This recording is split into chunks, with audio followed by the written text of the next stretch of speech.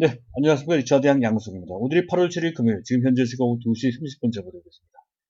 자, 오늘 우리 시장을 보면 최근 코스피를 중심으로 해서 지수가 꽤나 탄력도로 올라갔던 그런 분위기, 또 그 바람에 많은 종목들이 동시다발로 올라갔던 아주 화려한 그런 장세. 그때와는 그 모습이나 분위기가 조금 다르죠. 우선 지수 탄력성이 좀 많이 떨어지고 있습니다. 장중에는 마이너스가 나오기까지 했고요. 지금은 다시 돌려서 강보합을 유지하고 있는 모습이나, 하지만 최근에 지수 탄력과는 거리 좀 차이가 있는 그런 모습입니다. 자, 무엇보다 눈에 띄는 것은 현재 외국인도 외국인이지만 국내 기관, 그 중에서도 뭐 연기금이 오늘까지 15거래일 연속 순매도를 하는 등 유난히 기관들의 매물이 상당히 큽니다. 또 한 가지 또 상당히 놀라운 것은 뭐 그전부터 있었기 때문에 아주 놀라운 것은 아니지만 그 물량을 동학개미라고 일컬어지는 일반 개인들이 모두 받아주고 있다는 거죠. 받아주고도 남아요. 오히려 지수가 올라가는 힘까지 발휘가 되고 있다는 것이죠. 어쨌든 그것은 매우 중요한 현상일 것이고요. 자, 그리고 시장 판도 측면에서 봤을 때도 몇 가지 변화가 있죠. 그동안 우리 시장을 주도를 해왔던 BBIG 중에서 바이오나 인터넷 관련주 전반적으로 나쁘지는 않습니다만은 탄력적이지는 않습니다. 자, 그런 가운데 눈에 띄는 종목군들이 있죠. 바로 2차 전지 관련주들입니다. 자, 그들이 많이 올라가는데요. 그 상태에서 또 올라갑니다. 어제 그제부로 현재 2차 전지 관련주들이 단기적으로 너무 빠른 속도로 많이 올라갔다 하는 것을 두고 제1단계 기술적 과열권이라고 했습니다.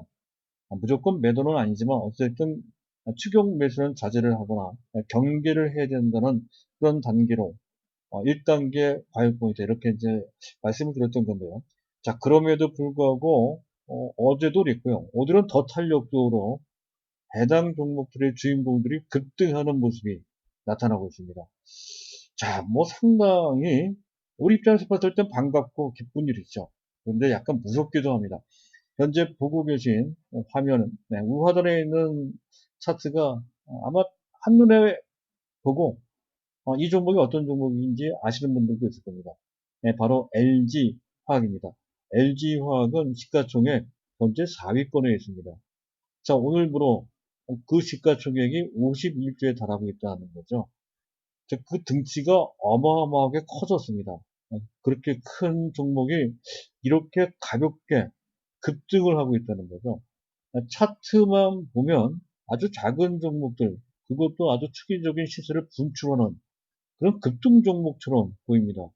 자, 그럴 정도로 올라온다 하는 건데, 자, 조금 과한 측면이 있죠. 그래서 이제 무섭다고 하는 건데요. 자, 어찌됐든, 현재 상황을 놓고 봤을 때, 2차 전지, 주들이 오늘까지도 이렇게 힘을 발휘하는 것에 대해서는 일단 기술적으로 봤을 때 다소 무리스러운 측면이 있다. 그렇게 판단이 돼요. 그래서 제가 이제 말씀을 드립니다. 결론상만 말씀드리는 건데요. 어제 그제가 1단계 경계를 해야 되는 제 1차 기술적 과열권이었다고 한다면 오늘부터는 2단계 기술적 과열권이다. 그렇게 판단이 됩니다. 참고하실 필요가 있을 것 같습니다. 이제부터는 그 어떤 종목도 아무리 뭐 LG전자가 100만 원을 가고 삼성 SDI가 70만 원, 80만 원을 간다고 하더라도 전제 단계에서는 추격해서 매수하는 것은 곤란하다는 것이죠. 매수 불가합니다. 그리고 각각 투자자 여러분들의 사정이나 성향, 입장에 따라 또 종목 구성에 따라 약간 달라지긴 하겠습니다만은 현재 핵심 물량은 당연히 보유를 해야 되겠죠. 그 물량을 제외한 나머지 물량에 대해서는 일부 이익을 실현해도 된다. 일부 매도를 해도 된다. 하는 단계가 바로 2단계라고 이제 할 수가 있겠습니다. 너무 서둘러서 매도를 해서는 안 되겠지만 어쨌든 물량이 지나치게 좀 많다. 또는 꼭 현재 현금이 필요하다 하시는 분들은 이 정도 수준에서 일부 매도를 해도 되는 그런 단계를 인식을 하시면 된다는 건데요. 하지만 꼭 당부를 드리고 싶은 것은 제가 강조드리고 있는 핵심 4, 네 가지 종목이 있죠. LG화학, 또 SDI, 또 SKC도 상당히 중요합니다. 그리고 에코프로비엠. 이들 종목 중에서 적어도 두 종목 정도 갖고 있다면 적어도 그 두 종목은 절대 팔지 말자라는 것이죠. 자, 그것만 지켜주시면 될 것 같습니다. 뭐 각각 자기 사정에 따라 다른 판단을 할 수 있겠습니다만 기본적인 어떤 골격을 말씀드린다면 그런 정도를 제한을 할 수가 있다 하는 정도로 이해를 해주시면 될 것 같습니다. 사실은 오늘 제가 말씀드리는 내용의 대부분은 2차 전지, 지금 현재 뜨겁게 달아오르고 있는 현재의 주인공, 여기에 할애를 해야 될 것 같습니다. 자, 그래서 준비한 건데요. 시장 판단과 더불어서 특히 SKC가 오늘 실적이 발표가 됐죠. 좋은 실적은 아니에요. 좋은 실적 아닌데도 불구하고 주가는 또 급등을 하고 있죠. SK 실적과 함께 SKC는 그 사업 내용이나 또는 현재 그 실적과 관련돼서는 많이 알려져 있지는 않습니다. 그것과 관련돼서 또 신규 성장 동력 이것도 좀 가려져 있는 측면이 있거든요. 여기까지를 어느 정도는 소소하게 파악을 좀 해둘 필요가 있겠죠. 적어도 이 종목에 상당히 집중해서 투자를 하시는 분들이라고 한다면 그 정도는 알아야 될 것 같습니다. 그래서 준비한 내용이 되겠고요. 자, 그리고 두 번째 LG화학. LG화학은 자주 말씀을 드렸던 종목이죠. 실적도 얘기했고요. 사업 내용도 많이 말씀을 드렸습니다. 그래서 그 내용은 오늘 얘기하지 않겠습니다. LG화학이 2차 전지라고 하는 지금 현재 뜨거운 이슈 때문에 LG화학이 본래 갖고 있었던 진가가 좀 가려져 있는 게 좀 있습니다. 자기 본업과 관련된, 태식화와 관련된 분야도 있고요. 그러니까 그거가 관련된 어떤 잠재력도 좀 있고요. 또 LG화학의 또 한 분야, 현재 바이오 분야가 있습니다. LG생명과학을 2017년도에 합병한 게 있잖아요. 그래서 그 부분과 관련된 상장 잠재력이 깔려 있거든요. 이 부분은 전혀 평가되지 않고 있는 상태입니다. 그래서 이것과 관련돼서도 우리가 LG화학을 어느 관점으로 봐야 되는지에 대한 현재 윤곽을 잡을 수가 있다는 거죠. 그래서 LG화학을 웬만하면 팔지 말라고 이제 계속 강조드리는 거고, 하고 웬만하면 사야 된다고 말씀드렸던 건데, 지금은 이제 사면 안 되겠죠. 지금 당장은 말이죠. 좀 조정을 받은 다음에 잡아야 된다 하는 그런 관점인데, 어쨌든 기본적으로 LG화학을 투자한다라고 했을 때 반드시 알고 있어야 될 LG화학의 숨은 진가에 대해서 오늘 현재 말씀을 드릴 거죠. 합니다. 자, 순서를 밟아서 말씀을 드릴 건데 그 전에 안내 말씀드릴 겁니다. 현재 제가 말씀드린 내용과 관련된 어떤 궁금한 사항이 있거나 저희가 제공드리고 있는 서비스와 관련돼서 문의할 사항이 있으면 현재 화면에 우상단에 문의사항 연락처가 제시되고 있죠. 010-2420-0553으로 연락을 주시기 바랍니다. 자, 안내 말씀은 그 정도로 마치도록 하고요. 자, 일단 시장 이슈부터 보도록 하겠습니다. 자, 나스닥의 사상 최고치 행신이 뭐 무서울 정도입니다. 4거래일 연속 사상 최고치를 질주하는 그런 모습. 자, 이른바 썸머 랠리라고 할 수가 있죠. 근데 이것이 여기서 끝나지 않고 연말 내지 4차 산업혁명이 진행되고 있다라고 하는 대세적 흐름과 연관해서 봤을 때 이것은 내후년까지 상당 기간 지속될 소지가 상당히 높은 흐름, 그런 흐름 속에서 이런 사상 최고치가 갱신되고 있는 세상에 바뀌고 있는 현상이다. 이렇게 이해를 하면 된다는 거고요. 어찌됐든 단기로 봤을 때 5차 경기 부양책이 여야, 공화당과 민주당이 거의 합의하는 쪽으로 가닥이 잡히고 있다는 것이 호재가 되고 있다는 거고요. 자, 마가가 선두를 하고 있죠. 현재 페이스북이 무려 6%로 올라갔다고 하고요. 자, 테슬라는 맥을 못 추고 있습니다. 최근에 뭐 위아래로 막 흔들렸다 간신히 주가가 진정되는 정도지 탄력적으로는 올라가지 못하고 있는데요. 자, 이것이 매우 중요하죠. 최근에 우리나라 2차전지 관련주들이 그 전과는 다르게 테슬라의 영향을 받지 않고 독자적으로 상당한 힘을, 엄청난 힘을 발휘하고 있다는 것이죠. 테슬라의 그늘에서 완전히 벗어났다. 자, 이 점에 대해서는 강조드려서 반드시 벗어나야 된다는 것이죠. 그렇게 대해서 더욱더 긍정적이다라고 할 수가 있겠습니다. 자, 그리고 중국이 반도체와 관련돼서 또 한 번의 반도체 굵기를 하는 것 같습니다. 전면적으로 전폭 지원을 한다고 하죠. 미세화 공정을 위해서 말이죠.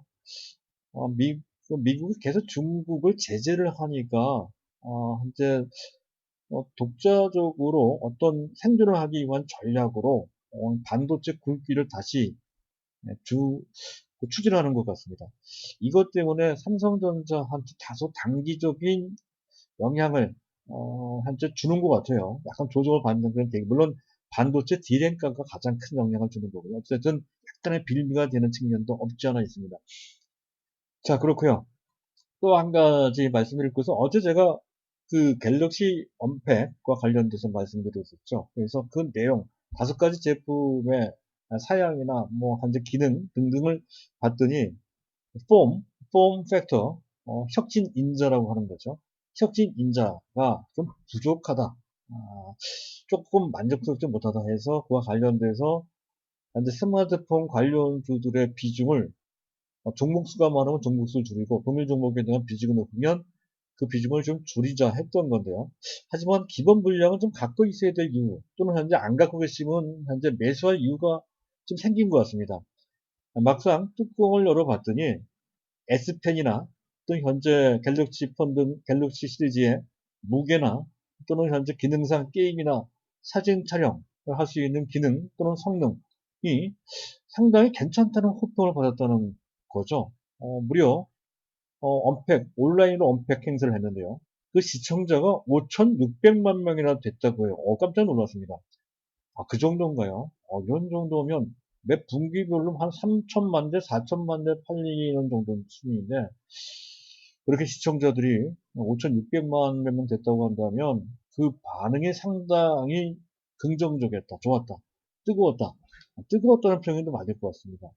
그렇다면 실제로 출시가 되면 괜찮은 반응을 받을 수도 있겠다는 그런 전망까지도 가능한 것 같아요. 그렇다고 한다면 안 갖고 계시거나 물량이 부족하시거나 또는 매도하셨던 분들은 MC넥스는 좋은 종목이죠. MC넥스나 또는 삼성전기 있잖아요. 삼성전기. 약간 조정을 받고 있는 모습입니다. 안정성을 따진다면 삼성전기, 맥점을 따지고 단기적인 어떤 성과를 노린다면 MC넥스를 현재 다음 주 초에, 다음 주 초 월요일 날 매수하는 것도 다시 재매수하는 것도 생각해 볼 필요가 있다는 것이죠. 당장 뜰지 여부는 불확실한데 그렇다면 나눠 사는 것도 괜찮습니다. 그런 정도로 한번 해볼 필요가 있는 어떤 현재 변화가 생겼다는 것이죠. 일단 그 점을 지나가면서 말씀을 드렸고요. 자, 그리고 실적 시즌을 맞이해서 의외로 이 코로나 사태인데도 불구하고 실적이 좋게 나오는 종목들이 속출하고 있다는 건데 일단 증권주들이 좋아요. 그리고 CS 윈드는 폭력 관련주죠. 여기도 실적이 좋게 나왔어요. 그리고 콜마 B&H 그전에 한번 말씀드렸던 종목입니다. 그래서 코로나 사태를 맞이해서 일부 약품이나 현재 또는 일부 음식료 이쪽이 괜찮은 것 같습니다. 건강식품 쪽이죠. 자, 그리고 눈에 띄는 건 카카오 실적 상당히 좋게 나왔고요. 그리고 원익 IPS, SK 실적도 나쁘지 않은 선방했다 하는 그런 평가를 받고 있다 하는 건데, 그 외에도 대한항공도 실적이 좋게 나왔고요. 다행입니다. 상당히 어려운 지경에 처해 있었던 업체였었죠. 대한항공, 아시아항공도 실적이 좋게 나왔다. 자, 뭐, 더 이상 얘기할 상황은 아닌 것 같고요. 네, 그 중에 카카오만 잠깐 보겠습니다. 카카오가 제반 분야, 특히 가장 중요한 것은 이제 검색은 아니니까 일단 중요한 것은 카톡을 기반으로 하는 광고 중에서도 성과형 광고라는 게 있어요. 이 광고 분야가 상당히 전망이 밝고 현재 빠른 속도로 확대되고 있다는 것이죠. 맞춤형 자율적 광고주한테 상당한 자유를 주는 그런 광고를 성과형 광고라고 합니다. 그 광고 시장에 뜨고 있다는 거죠. 현재 그것은 카카오에만 해당이 되는 것이 아니라 네이버도 마찬가지입니다. 그 광고 시장이 엄청나게 커지고 있고 빠른 속도로. 쇼핑은 당연한 거고요. 또 페이 분야, 현재 핀테크 분야 또 빠른 속도로 확대되고 있다는 것들이고 웹툰도 일본에서 히트를 치고 있다고 그러죠. 그 웹툰, 그 카카오한테 웹툰, 피코마라고 하던데요. 일본의 피코마. 예, 그리고 이 전부 다가 순항을 하고 있다는 건데, 말이 순항인데, 실제로는 쾌속 순항입니다. 쾌속. 굉장히 빠른 속도로, 이제 발전하고 있다는 것이죠. 그런데 우리는 카카오를 안 하고 있습니다. 왜냐하면, 네이버가 조금 더 안정적이고, 해외 부분에서, 또 클라우드 부분을 하고 있다라고 하는, 현재, 제 사업 영역이 더 넓다는 측면에서, 조금 낮게 평가가 돼서, 그래서 저는 네이버를 말씀을 드리고 있는 거예요. 어쨌든 이들 종목은 절대 팔지 마십시오. 갖고 있어야 된다는 거고, 조정받을 때, 외려 사야 되지 않을까 싶은데, 카카오는 약간 3%의 조정을 받고 있죠. 자, 네이버가 어떻게 됐나요? 네이버도 약 1.5%. 네이버는 조정을 안 받고 있네요. 기술적 조정을 기다릴 필요 없이 잡아야 되지 않을까 싶어요. 안 갖고 계신 분들은 말이죠. 일단 거기까지고요. 자, 시장을 잠깐 보도록 하죠. 수급을 보면 이렇게 되나요? 외국인과 기관이 동시에 이제 매도를 합니다. 기관들이 엄청 매도를 하죠. 금융투자가 3,800억, 연기금은 1,800억. 오늘까지 15거래일 연속 순매도입니다. 자, 그 물량을 모두 일반 개인이 받아주고 있습니다. 보편적으로 평상적인 예년의 상황이라고 한다면 이런 정도의 위치에서 이런 정도로 외국인 기관이 대거 매도를 하는 경우에는 지수가 폭락이 나올 정도로 큰 폭에 빠집니다. 지금은 전혀 그렇지 않다는 거죠. 그만큼 개인들의 파워, 슈퍼 파워죠. 이것에 대해서 자주 언급을 해드렸습니다. 그 어떤 때보다도 지금 구조적으로 엄청난 규모로 그들의 힘이 강해졌다 하는 것만 말씀을 드리고자 합니다. 어쨌든 그래요. 일반 개인들이 그만한 힘이 있다는 것이 현재 역사적인 변화라 할 수가 있겠습니다. 자, 이건 좀 다시 한번 말씀을 드릴 거고요. 그런 와중에 자, 외국인들은 그동안 매도했던 삼성전자를 어제도 약간 매수, 오늘도 매수하고 있습니다. 현재 보고 계신 화면에 우상단에 있는 막대 그래프가 외국인들의 삼성전자에 대한 수급을 그린 그래프죠. 최근 나흘 동안 매도했던 약 4천 정도 매도했던 그들이 어제도 순매수, 오늘도 순매수하면서 다시 매집하는 모습이 나타나고 있다는 것은 특히 삼성전자에 어느 정도 비중을 두고 있을 정도들은 감안을 해야 되는 상황이라는 거고, 안 갖고 계신 분들도 삼성전자를 매수해야 됩니다.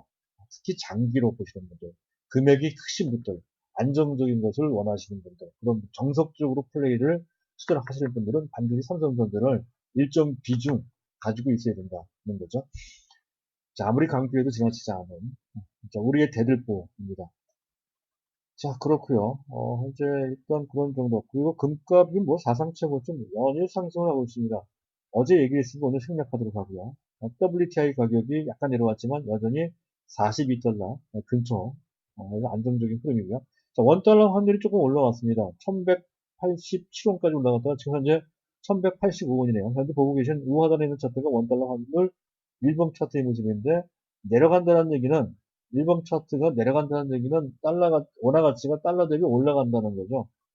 외국인들이 우리 시장에 들어온다는 것이나 마찬가지인데 이게 좀 가팔라지면 속도가 나온다는 건데 아직 그 단계까지 가지 않았지만 일단 방향은 좋아요. 방향은. 그래서 일단 지수로 봤을 때 여전히 탄력적으로 올라갈 수 있는 잠재적 에너지가 비축되고 있다는 관점으로 보시면 됩니다. 어느 순간에 현재 수급의 주도권이 바뀌면서 외국인들이 주도하는 장사가 됐을 때 외국인들이 현재 거제도 몇 번 그랬듯이 아주 강하게 매수할 소지가 있다는 것을 어느 정도는 예고하고 있는 그런 모습이라고 할 수가 있겠습니다.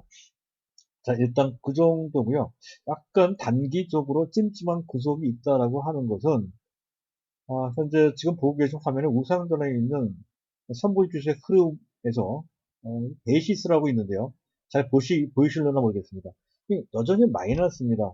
아직까지는 단기적으로 지수가 탄력도로 올라가기보다는 약간 탄력이 떨어지거나 조정받을 수 있음을 약간은 시사하는 그런 상황이라고 할 수 있겠습니다. 현재 주변 증시를 보면 나스닥 선물도 안 좋아요.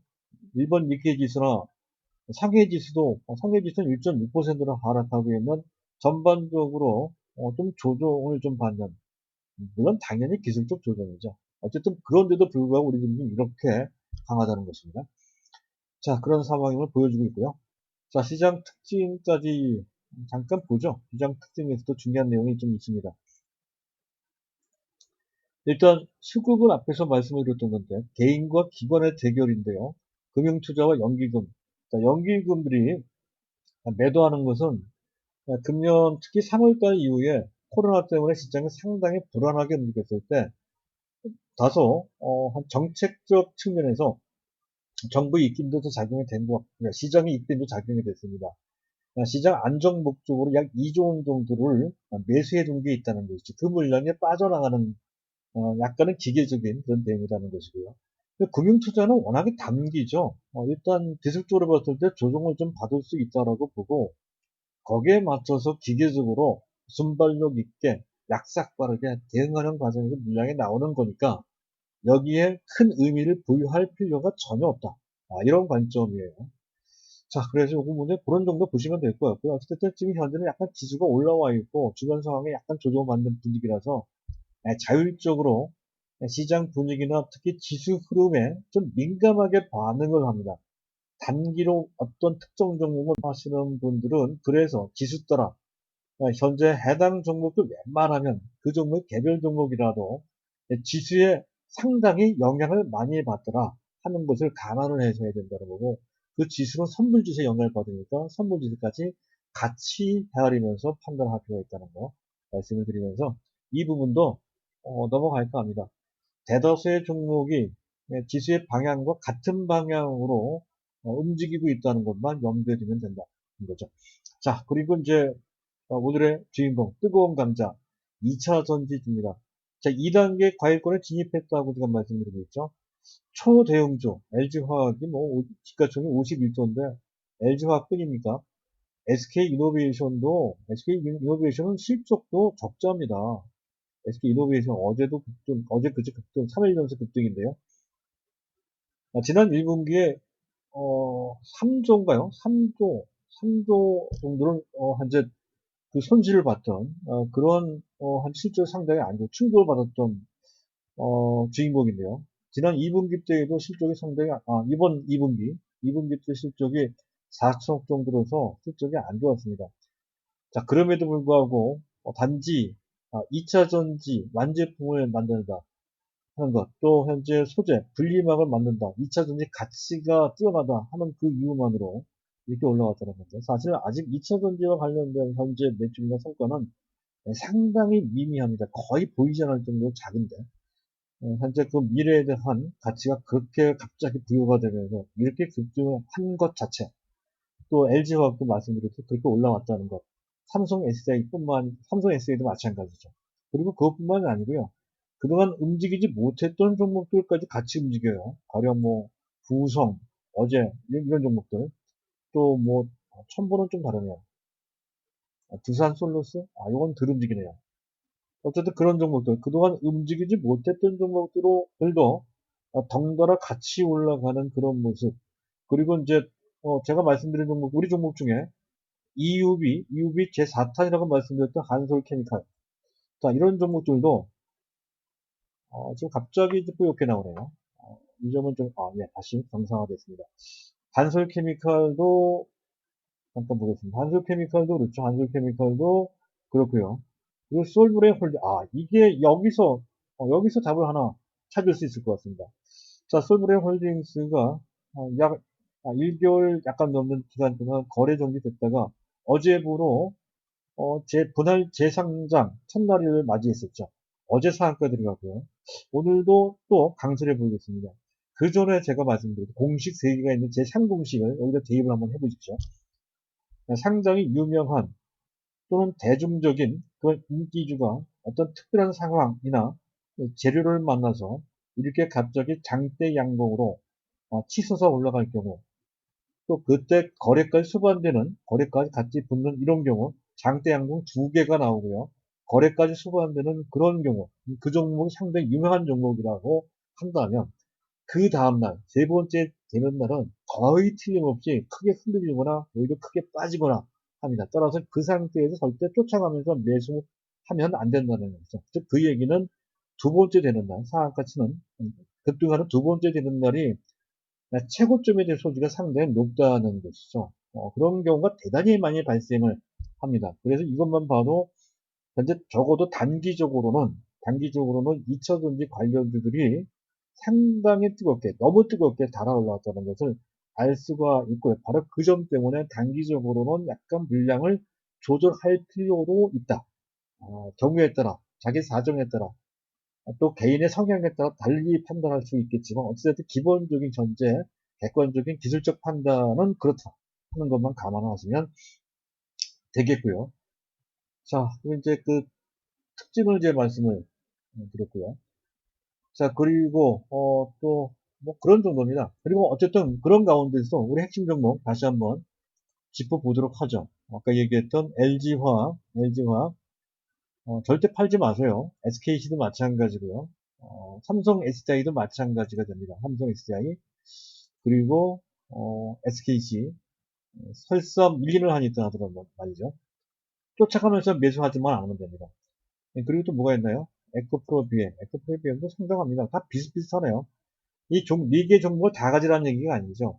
그 중에 2개. 만약에 대형주를 산다고 했을 때, 완제품을 산다고 했을 때에는 현재 LG화학 내지 삼성 SDI인데 지금 산다. 지금 살 때는 아니긴 하네요. 근데 조금 조정받았을 때 타이밍이 나오면 그때 사야 되는데 그때 산다면 둘 중에 하나. 그러면 LG화학에 약간 점수를 더 줄 수 있다는 것이고요. 그리고 부품이나 특히 소재죠. 소재 쪽에서 찾는다. 했을 때 두 종목, SKC하고 에코프로 BM을 놓고 봤을 때 아무래도 SKC가 조금 더 낫다. 이런 개념을 설명드렸었죠. 그런 거예요. 근데 종목을 바꿀 필요는 전혀 없어요. 에코프로 BM을 갖고 있으면 그대로. SDI를 갖고 있으면 SDI 그대로 갖고 있으면 되는 거지. 바꾸면 이게 또 여러 가지 변수가 막 생겨서 자칫 엇박자가 될 수가 있기 때문에 그렇습니다. 그래서 그냥 갖고 있는 게 낫습니다. 큰 차이 없으니까. 그런 정도. 다시 한번. 근데 중요하니까 반복해서 제가 말씀을 드리는 겁니다. 중요해서. 이해를 좀 해주시기 바라고요.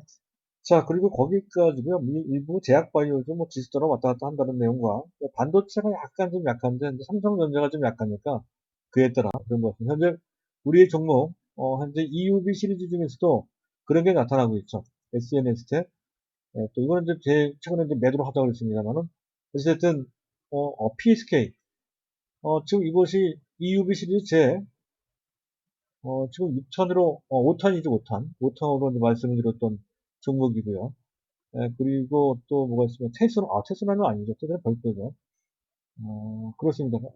지금 원유가 IPO 실적이 좋았음에도 불구하고 약간 조정을 받는 그런 모습이 나타나고 있다는 건데 역시 삼성전자의 영향을 좀 받아서 그런 것이다. 뜨거운 감자라고 하는 현재 시장을 주도하는 부류에 합류하지 못한 채 좀 변주고 울리는 입장이라는 거죠. 물론 PSK는 아닙니다. PSK는 오히려 매수할 단계인 것 같아요. PSK나 또 ISC 같은 경우들은 현재 이 시점에서 매수할 단계, 현재 표시를 해놨죠. AS는 현재 기술적 맥점에 있는 상태입니다. PSK도 한 단계 더 내려가면 21선에 현재 닿는 그런 모습, 현재 3만원 이하가 되겠네요. 3만원 이하가 되면 안 갖고 계신 분들은 매수인데, 하지만 무턱대고 다 매수하면 안 된다는 거죠. 제가 강조드렸던 종목 기본으로 하고, 이들 종목을 선택을 해주시는 대상으로만 삼아주시면 되는데, 굳이 한 종목만, 이 종목만 놓고, 지금이 타이밍이냐 아니냐를 따지면, 타이밍은 되긴 된다는 것이죠. 자, 그런 관점으로만 이해를 하시면 될 것 같고요. 자, 그리고 이제 오늘의 주제입니다.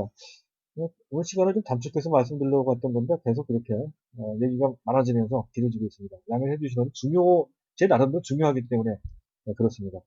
일단 SKC부터 보도록 하죠. 매우 중요한 내용이 될 수 있습니다. 특히 장기 투자를 하시는 분들은 이 내용을 반드시 알고 있어야 된다는 거죠. 이왕이면 이제 차트를 일단 올려놓고 말씀을 드릴까 합니다. SKC 참 대단하네요. 어떻게 이렇게 올라가나요? 제가 말이죠. SKC는 지난 4월달 그 정도에 35,000원 이하였습니다. 다른 건 몰라도 SKC는 매수해야 된다 하는 관점에서 말씀드렸던 건데 그 상태 35,000원에서 지금 2배 이상 거의 2배 반 정도 올라온 것 같아요. 자, 그런데도 불구하고 팔지 말라는 얘기예요. 지금 일단 실적을 보도록 하죠. 지금 2분기네요. 잘못 기치가 됐습니다. 2분기 실적을 보면 연결 기준입니다. 자회사 100% 자회사 넥실리스라고 있죠. 작년에 KCFT라고 하는 현재 2차전지 동박 제조업체, 그쪽 분야 1위 업체를 1조 2천억을 주고 인수한 바 있습니다. 그 업체를 현재 바로 합병하기 전에 일단 자회사, 100% 자회사로 뒀죠. 그 회사의 이름이 이제 SKC 넥실리스입니다. SKC 넥실리스. 이왕이면 사진을 한번 볼까요? 현재 보고 계신 오른쪽에 있는 사진이 SK 넥실리스 정읍 공장입니다. 정읍에 있는 제6공장, 제6공장 전면 사진인데요. 사진이 상당히 이쁘게 나왔어요. 뭔가 조금 기분이 좋은 그런 사진인 것 같아서 그래서 제가 올려놨고요. 뭐 이 내용은 중요한 건 아니니까 그것만 일단 보시고요. 자, SKC인데 일단 실적을 보면 연결 기준, 넷플릭스까지 다 포함된 연결 기준 매출 6,592억 원, 작년 동기 대비 2.7%인데 연결 기준으로 봤을 때 2.7%는 그렇게 썩 좋은 건 아니죠. 영업이익도 499억 원, 오히려 1분기 때가 줄었습니다. 작년 동기 대비 3.5%인데 역시 연결을 했으니까 그런 거죠. 연결하지 않았으면 좀 저조한 톤이 되겠죠. 자, 넥실리스 자체만 보도록 하죠. 넥실리스 자체만 본다면 763억 원 매출이고요. 그리고 영업이익이 131억 원인데 중요한 거는 이거 반드시 알아두셔야 돼요. 영업이익률, OPM이 영업이익률이에요. 17.2% 정도 나왔습니다. 지금 동박과 관련돼서 같은 사업을 영위하는 업체가 일진머티리얼스가 있죠.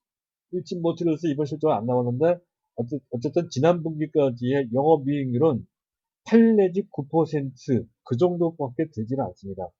아마도 2분기 때는 조금 더 낮았을 거라고 예상은 됩니다. 그렇다 하더라도 15% 안쪽일 것 같은데 이 넥실리스는 영업이익률이 17.2%나 돼요. 그만큼 경쟁력이 뛰어나다는 것을 의미하는 거죠. 그런데 어쨌든 금년 예상 실적은 이제 하반기 때 조금 더 도와줄 것이므로 그것을 기준으로 해봤을 때 EPS 주당 순이익은 1,600원 정도로 그렇게 예상 추정이 됩니다. 그런데 현재 주가가 8만 원이 넘어가요. 계산을 해보세요.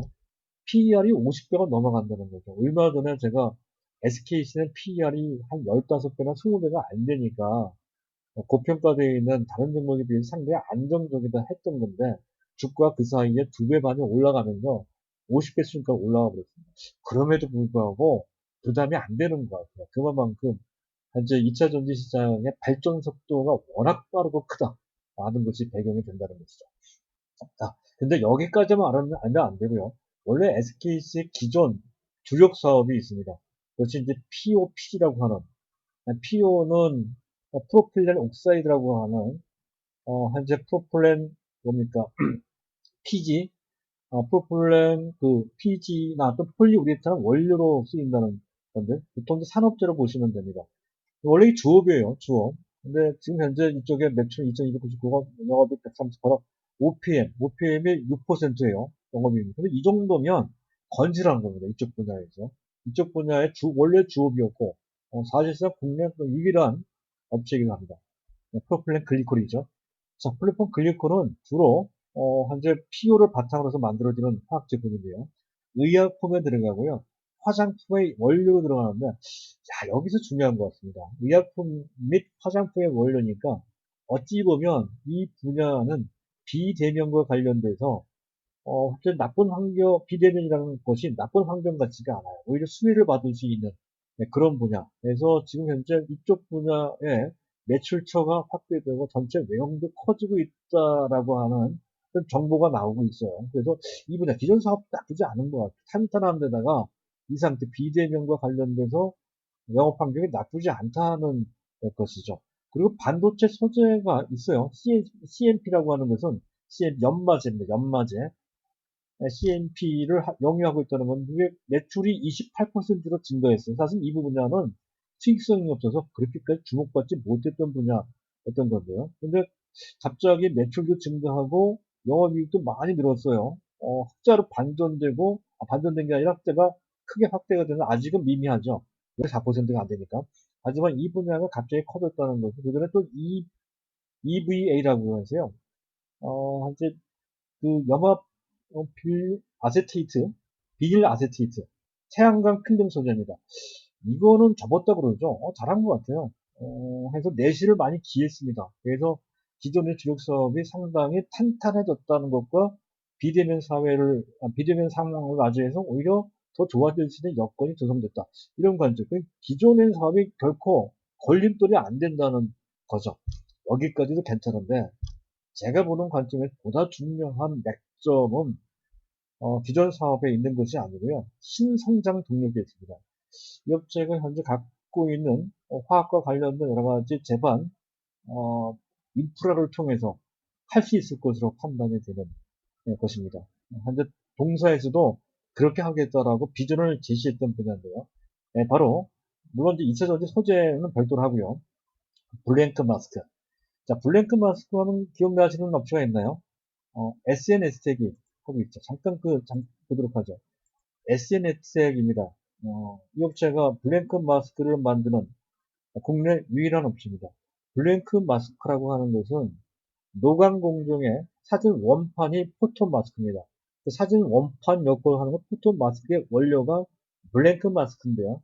그 블랭크 마스크를 만드는 국내 유일한 업체, 삼성전자도 이쪽에 의존할 수밖에 없다라고 하는 바로 그 주인공이 바로 SNS이고요. 그 SNS이 보세요.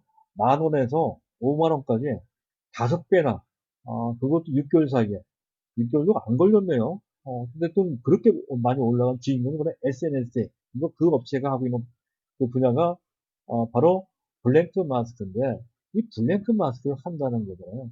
그리고 또 한 가지 성장 동력을 하는 것이 포토 마스크입니다. 포토 마스크 우리하고도 직결되어 있는 종목이죠. 바로 동진 세미캠이 하고 있는 겁니다. 동진 세미캠 보죠. 제가 말씀드렸던 가격대가 당시 12,000원, 11,000원대입니다. 근데 현재 주가가 37,000원으로 그 제가 말씀드렸던 가격대 3배나 올라왔습니다.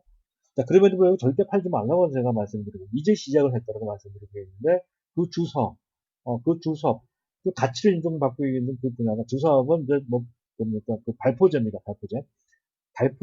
발포제라는 주사업 말고 아주 강력한 성장 동력으로 자리 잡는 것이 포토레지스트.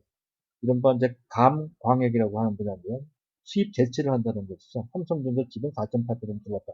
근데 그 주인공의 가장 핵심이 되는 성장 동력이 바로, 현재 포토레지스트, 감광액인데, 이 포토레지스트를 한다는 거잖아요. 그래서 지금 당장은 아니겠지만, SK라고 하는 화학사업을 가장 중요한 기반으로 하고 있는 SK그룹, 그 중에서 SKC가 한다고 하니, 성공할 확률이 상당히 높죠.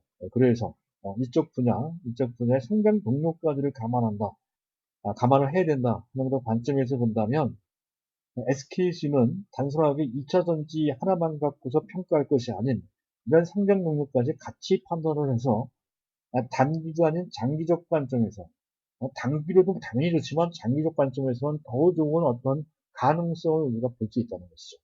그런 거죠. 근데 어디까지 올라갈지 모르겠어요. 현재 PR은 현재 그 전에 교과서적인 잣대로 측정할 수 없을 정도로까지 많이 올라갔기 때문에 그 자체 PR로 따지고 PBR로 따지고 하는 것은 무의미합니다.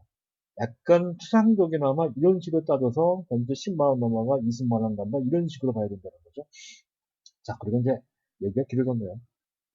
LG화학입니다. LG화학의 2차 전지와 관련돼서 전기차가 얼마나 빨리 성장을 하고 2차 전지 얼마만큼 중요하고 이런 내용은 빼겠습니다. 다 알고 있는 내용이고 너무 뻔한 내용이고 많이 알려진 얘기입니다. 빼고요.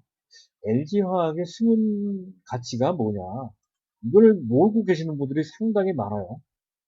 LG화학은 원래 본디 우리나라 최대 종합화학회사 라는 거죠. 그것조차 모르고 계시는 분들이 있어서 저는 깜짝 놀라곤 합니다. 우리나라 최대 종합화학회사입니다. 비교할 수 있는 업체가 롯데케미칼 정도가 있죠.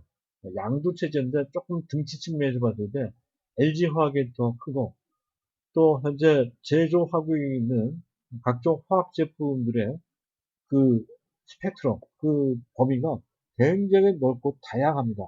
시초유분, 에틸렌, 프로필렌, 부터 시작해서, 그리고 고분자 화합물, AB 수지까지 범용 화학 제품 모두를 다 망라하고 있을 뿐만 아니라 IT용 소재, 티자 등등 첨단 소재 등, 현재 다, 현재 영위하고 있는, 만들고 있는 그런 상태이며, 그리고 추가적인, 어, 그야말로 제3세대, 제5세대, 4세대, 5세대 첨단 소재 개발 능력까지 함유하고 있는 상태라는 것이죠. 그 분야에 관련돼서는 LG화학이 가장 탄탄합니다. 그리고 실적도 상당히 안정적이죠. 다만 중국 경기에 조금 민감한 편입니다. 그래서 작년에 미국과 중국의 무역 갈등이 있을 때 그 바람에 작년 실적이 별로 안 좋았을 뿐 전체적으로 봤을 때 LG화학은 분기당 이쪽을 통해서 적어도 5천억 정도, 연간 단위로 2조 정도 실적을 냈던 분야. 사실상 LG화학의 유일한 캐시카우, 주업이라고 할 수 있는 분야가 종합화학, 이 분야입니다. 결코 무시할 수가 없죠. 지금도 주력입니다. 다만, 2차 전지의 매출 및 실적이 뒤따라 보니까 결국에는 현재 LG화학의 주업이 바뀔 수는 있어도 현재까지는 그렇고 또 앞으로도 현재 이러한 종합화학 업체라고 하는 그 위상이 결코 깎이지도 않을 겁니다. 근데 이 분야는 절대 평가절하 될 수 없다는 것이죠. 그리고 중요한 것은 개발 능력이 있다는 것이죠. 소재와 관련된 개발 능력이 있고 이미 2차 전지와 관련돼서 SK 이노베이션이 분리막을 그전부터 해왔듯이 LG화학도 준비하고 있다는 건데 이미 양극재는 양산 체제까지 갖춰놨다는 것이죠. 또 자체적으로 완제품을 만드는 만큼 그 효율성을 추구하기 위해 수익성을 추구하기 위해서라도 양극재뿐만 아니라 이제 앞으로는 이제 음극재나 각종의 또뭐 동박까지 할 수도 있을지 모르겠습니다. 기타 등등의 소재를 자체적으로 개발하는 쪽으로 가다가 잡고 현재 추진할 수 있는 게 상당히 크다는 것이죠. 그런 측면이 있고요. 자, 어쨌든 종합화학회사라고 하는 그 위상은 사실 그 2차 전지 알려진 것만큼 많이 알려져 있지 않아서 제가 이제 말씀을 드리는 거고요. 또 한 가지는 제약 분야의 성장성입니다. 제약 분야는 이거는 다시 한번 봐야 될 것 같아요. 원래는 2003년도 17년 전에 우리나라 최초로 현재 FDA 미국 식약처에 승인을 받은 제품을 당시 개발한 바 있었죠. 팩티브라, 키놀롱제 항생제라고 하는 팩티브라는 거죠. 물론 상업적으로는 실패를 했습니다.